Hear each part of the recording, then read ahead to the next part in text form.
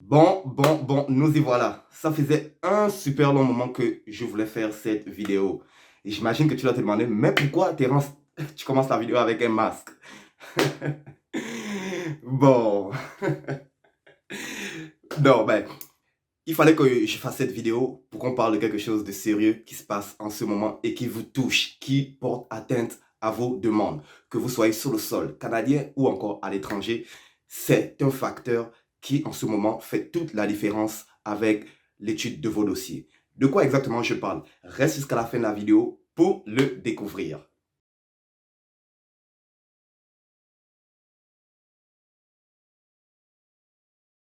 Hey, bon retour avec ton gars, Terence, l'afro-investisseur, avec un nouveau vidéo pour la communauté afro. Si c'est ta première fois de découvrir la chaîne, bienvenue à toi. Il y a tellement de contenu à travers la chaîne et je compte en mettre encore plus. Alors, abonne-toi à la chaîne, active la cloche de notification et si tu aimes le contenu de la vidéo, n'oublie pas avant de quitter d'aimer la vidéo. Et si tu es déjà un abonné de la chaîne, bon retour à toi. Nouvelle année si je n'ai pas eu l'occasion de te le souhaiter.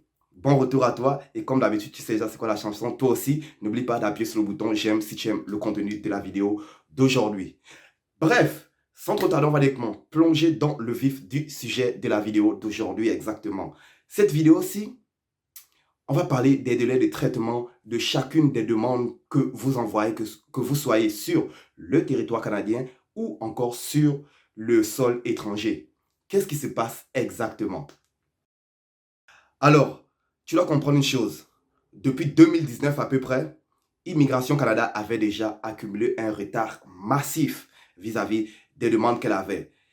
Il y a même un moment donné, ils avaient tellement de demandes que Immigration Québec, je dis bien Immigration Québec, s'est pris la main dans le sac en train de jeter un nombre record de demandes. Je répète bien.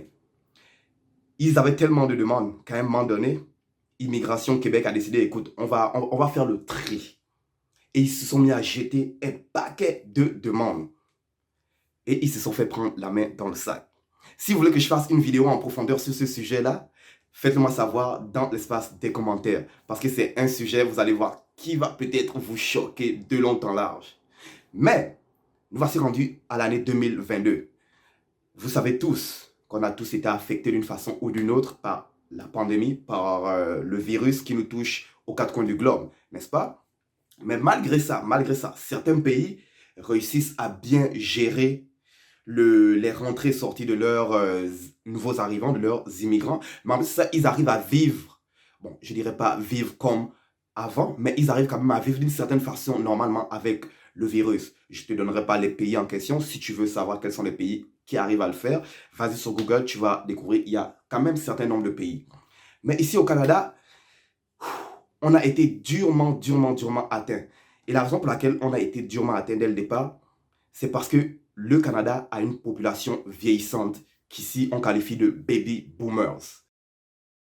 C'est elle qui en ce moment occupe plusieurs postes dans le secteur du marché du travail.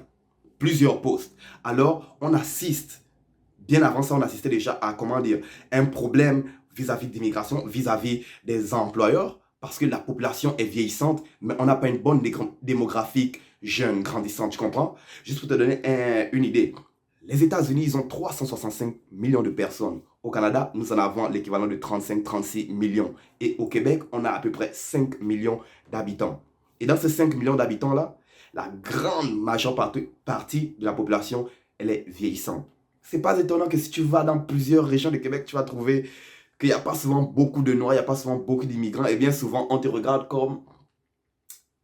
Mais bref, on va pas s'égarer trop du vif du sujet. Alors, quand tu mets tous ces facteurs-là ensemble, avec l'arrivée du virus, c'était pas joli à voir. C'était pas joli à voir. C'était pas joli à voir. Mais bon, immigration, quand même, ils doivent faire leur travail. Parce qu'après tout, l'économie n'a pas arrêté à 100%. Fait que vous devez quand même travailler, n'est-ce pas?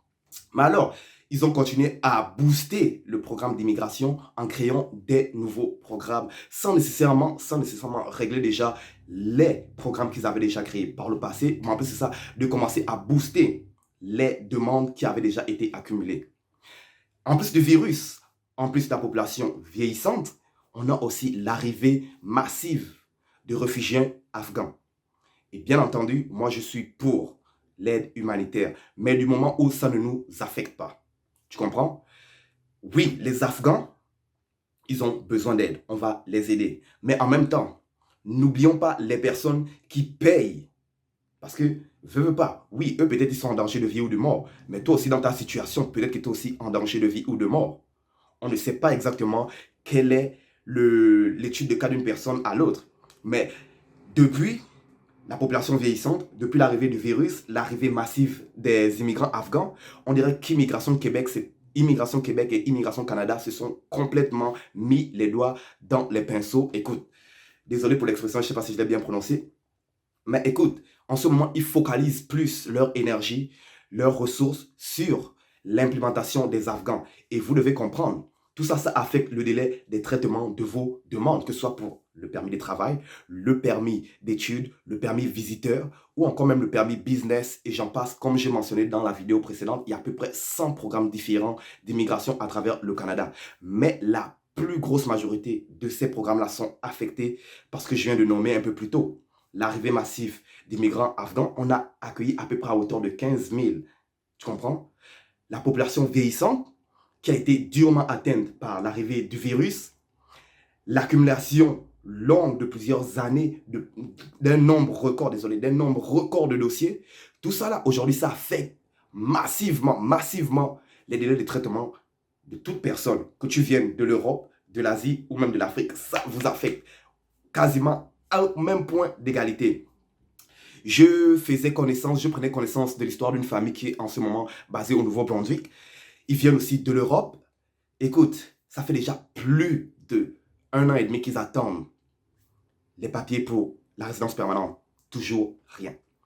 Pas de lettres, pas de message venant d'immigration, toujours rien. Et pourtant, ce qui est bizarre avec ça, quand j'ai plongé en profondeur pour comprendre exactement de quoi il en est question, normalement, quand tu es sur le sol canadien, l'étude des demandes va plus vite. En général, on parle ici d'à peu près 7 à 15 semaines, à peu près quand tu es sur le territoire canadien. Et quand tu es à l'étranger, ce délai de traitement-là, il est complètement différent. Il est plus long. Et laisse-moi te donner les différences de chaque permis quand tu es sur le sol canadien et quand tu n'es pas sur le sol canadien. Pour commencer, les délais de traitement pour le permis d'études sur le sol canadien et pas sur le sol canadien vont être les suivants. Pour le permis d'études sur le sol canadien, à l'extérieur du sol canadien. Pour le permis de travail sur le sol canadien, sur le sol extérieur du Canada. Le permis de visite sur le sol canadien, à l'extérieur du Canada. Je pourrais faire la liste de chaque programme et là, j'ai juste fait ceux qui sont prioritaires. Ce sont les permis les plus utilisés, les plus populaires, tu comprends? Oui, je vais faire des vidéos plus en profondeur cette année sur le permis de business d'investisseur parce que vous aussi, il y en a beaucoup parmi vous qui voulez immigrer à travers ce programme-là, n'est-ce pas? Et en tant qu'investisseur, je me dois de vous partager la bonne information vis-à-vis de ces programmes-là. Mais c'est à peu près ça la réalité du moment. Alors, bon nombre d'entre vous, vous êtes en train de vous mettre tellement du stress, de l'anxiété, pour rien. Ce n'est pas de votre faute. Votre demande peut être au complète, je dis bien au complète, de A à Z. Vous avez tout donné, jusqu'à l'historique de vos grands ancêtres. Tout donné. Vous avez l'argent, tout. Immigration Canada en ce moment est débordée. Et c'est sans compter la folie qui se passe avec la découverte de nouveaux variantes qui, tout d'un coup, on ne sait plus comment vivre au Canada. Plusieurs personnes ont quitté leurs emplois. Pourquoi? Parce que le gouvernement les oblige à se faire vacciner et bon nombre de personnes ne sont pas nécessairement d'accord avec le vaccin. Je t'entends déjà me dire, oh mais Terence, vous êtes bizarre parce que vous avez fait le vaccin contre la grippe, le vaccin contre la rouille, le tétanos et tout ça. Pourquoi pas le vaccin du corona? Écoute, je ne rentrerai pas en détail. Chacun ses réalités, chacun sa vie et on est tous propriétaires de notre corps après tout, n'est-ce pas? Fait que en ce moment, il y a un gros licenciement à travers toute l'étendue du territoire canadien, dans plusieurs secteurs, et même dans le secteur de l'immigration. Beaucoup d'argent ne veulent pas se faire vacciner, alors ils se font mettre à la porte sans solde. Tout ça englobé, ça donne des traitements qui sont longs.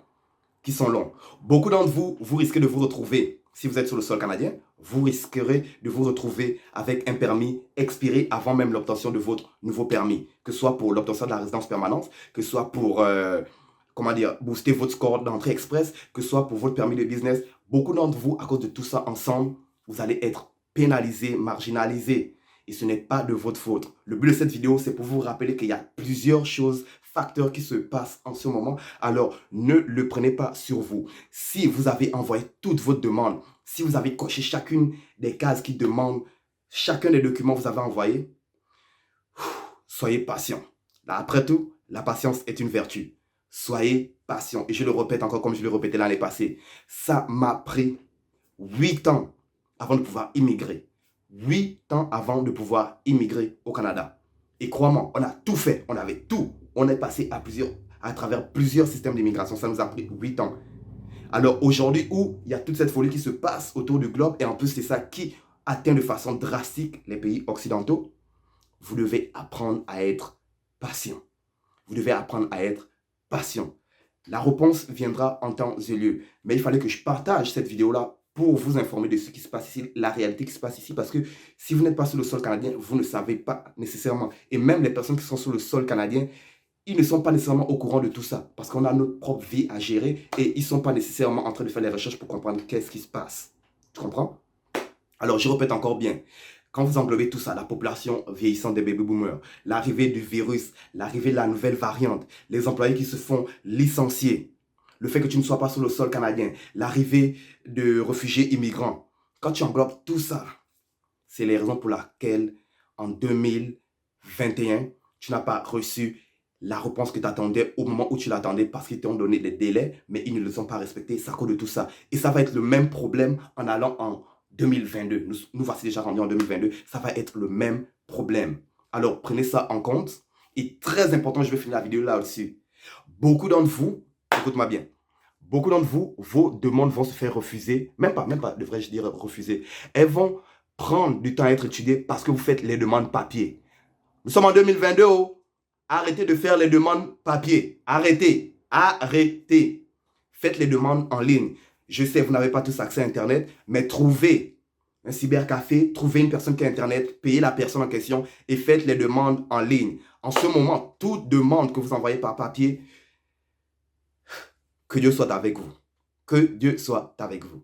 Bref, nous voici rendus à la fin de cette vidéo. Si tu as appris quelque chose qui va t'aider à passer à travers toute cette folie-là que nous vivons, fais-le moi savoir dans les commentaires. Si tu apprécies aussi le contenu de cette vidéo, ça m'aide énormément quand vous appuyez sur le bouton j'aime. Merci énormément la famille, merci énormément la communauté afro.